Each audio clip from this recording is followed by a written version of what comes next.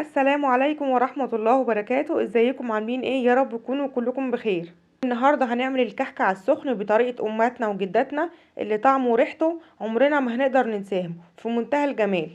عايزة اقول لكم ان الكحك ده مفيش اي وجه مقارنة بينه وبين الكحك على البارد خالص.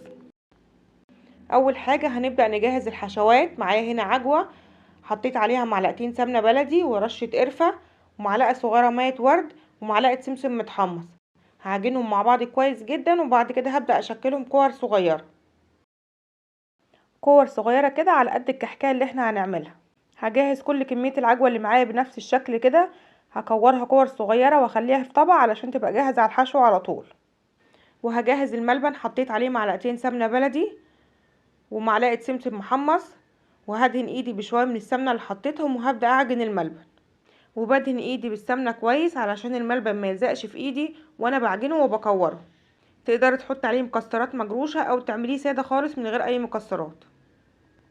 وكورته كور صغيرة وحطيته على طبق مفروش عليه كيس تلاجة، وهدخله التلاجة يرتاح شوية لحد ما نجهز الكحك.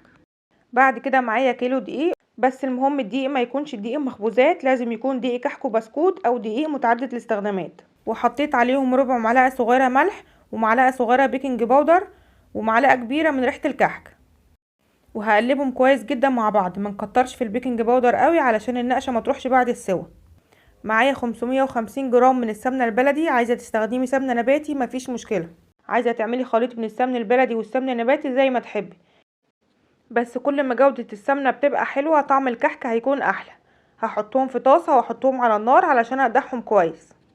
بعد كده عملت حفرة في الدقيق وحطيت معلقتين كبار سمسم احمر متحمص، وبعد ما اتأكدت ان السمنة سخنت معايا تماما وابتدت تطلع بابلز او فقاعات صغيره كده على وش السمنه، مش هستنى تغلي، هاخدها بقى على طول وانزل بيها على الدقيق بالشكل ده، ولازم يكون فيها فوران كده. وهو ده الكحك على السخن، وده اللي بيدي ريحه تحفه للكحك. ويفضل طبعا تكون سمنه بلدي، لاني لو استخدمتي سمنه ماركتها مش حلوه هتظهر ريحتها جدا في المرحله دي، وهتبقى ريحه الكحك مش حلوه. هقلب الدقيق مع السمنة كويس بمعلقة خشب علشان بتبقى سخنة جدا، وبعد كده هسيبه على جنب 10 دقايق لحد ما يهدى شوية علشان اقدر ابيسه بايدي. ودلوقتي هجهز الخميرة بتاعتي علشان تشتغل.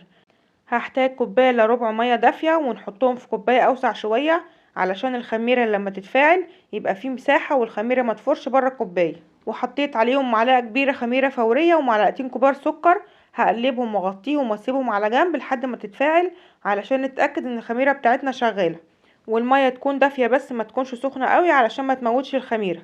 بعد ما الدقيق والسمنة بردوا شوية هنبدأ بقى نبس الكحك، نفركه بين ايدينا كده كويس، ودي خطوة اساسية جدا علشان الكحك يكون دايب وجميل وطعمه حلو قوي.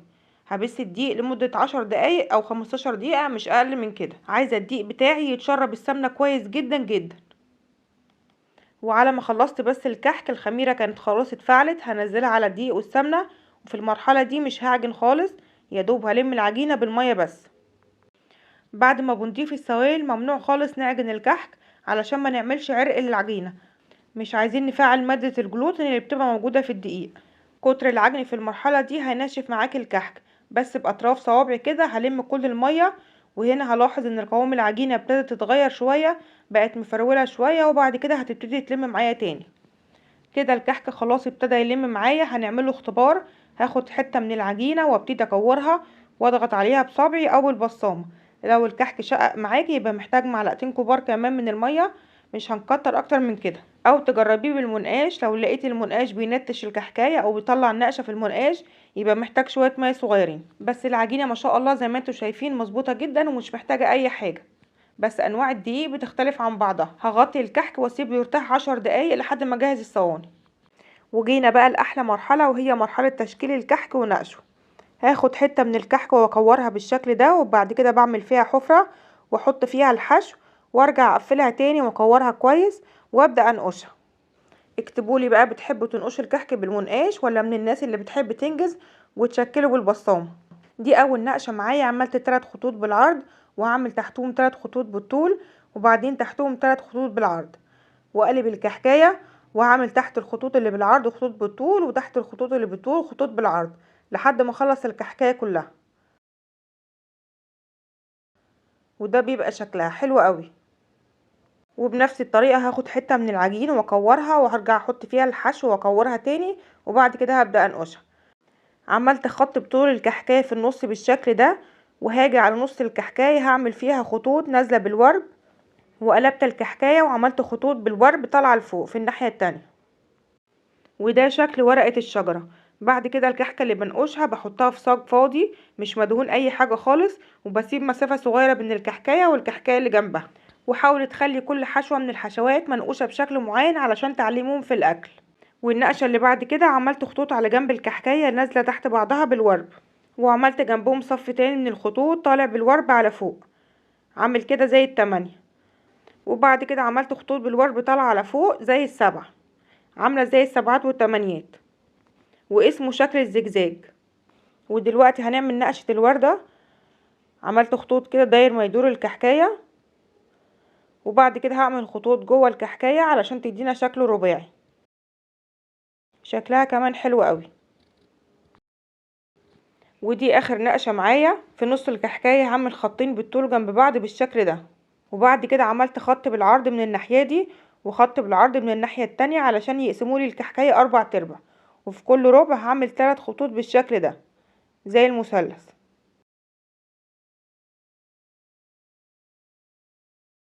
ممكن كمان نكور الكحكاية ونغطسها كده في شوية مكسرات مجروشة ونضغط عليها شوية عشان المكسرات تلزق فيها، وننقشها داير ما يدور الكحكاية بالشكل ده، او نسيبها كرة عادية من غير نقش. شكلها حلو قوي كمان، تحفة. وانتي شغالة لو حسيت ان العجينة بدأت تنشف منك شوية بتلينيها بايدك بالشكل ده، بترجع طرية تاني وزي الفل. اما بقى بالنسبة للناس اللي بتزهق بسرعة ما بتحبش تقعد وقت طويل تنقش الكحك، هتبصمه عادي جدا بالبصامة بمنتهى السهولة. تبصمي الكحكاية على ايدك وتحطيها في الصاج او تحطيها في الصينية مكورة، وبعد كده بتضغطي عليها تبصميها. بس ما ينفعش تملي الصاج كله وبعد كده تبصميه صف صف وتبصميه بالبصامة، علشان لو مليتي الصينية كلها وبعد كده جيتي تبصميه هتلاقيه بدأ ينشف ويشقق معاكي. وادي الكمية اللي طلعت معانا من كيلو الدقيق. دول الشوية اللي هم كانوا سادة من غير حشو خالص. وده الكحك المحشي بالملبن، وده الكحك المحشي بالعجوة. علشان كنت بنقشهم لوحدي خدوا مني وقت طويل لحد ما خلصتهم، وعلشان كده كانوا خلاص خمروا، فهدخلهم الفرن يستووا على طول، مش هيستنى يخمروا اكتر من كده. اما انتي لو حد ساعدك في نقشهم وخلصتهم على طول هتسيبيهم نص ساعة يخمروا وبعد كده تسويهم. هنيجي بقى لتسوية الكحك، ودي مهمة جدا في نجاح الكحك. الكحك السادة اللي من غير اي حشو هنحطه في فرن ساخن مسبقا على درجة حرارة 180، وهياخد من 30 ل 45 دقيقة على حسب حمو الفرن بتاعك. حطه على الشبكة في نص الفرن، بنولع الفرن من تحت بس، واخر دقيقتين ممكن تولعي الشواية تحمر الوش شوية. اما الكحك اللي بيكون محشي سواء عجوة او ملبن او عجمية بنحطه في فرن ساخن على درجة حرارة 220، وهيقعد حوالي من 25 ل 30 دقيقة. علشان الكحك المحشي بيكون طبقة العجين اللي فيه رقيقة، فمش عايزينه ياخد وقت طويل في الفرن عشان الحشو كمان ما ينشفش. اما الكحك السادة بيكون قلبه كله عجين، فبنحطه على درجة حرارة قليلة علشان ياخد وقته في التسوية وما يطلعش معجن من قلبه. شايفين بقى التسوية ما شاء الله، الارضية بتاعة الكحكة لونها احمر وطعمه في منتهى الجمال وريحته مفحفحة على الاخر. لما يطلع الكحك من الفرن ممنوع نلمسه خالص، بسيبه يبرد تماما علشان يشمع ويمسك نفسه شوية لانه بيكون دايب جدا. الكحكاية ما شاء الله مستوية من بره ومن جوه كويس جدا. الحشو كمان طري معانا ما نشفش خالص في الفرن، والكحكاية دايبة بس في نفس الوقت بتقطم معانا واحنا بناكلها، مش بتلزق كده في سقف بقنا. نرشه بقى شوية سكر بودرة. انا بعينه في علب بلاستيك محكمة الغلق من غير سكر بودرة خالص، وبرش السكر البودرة بس ساعة التقديم على طول.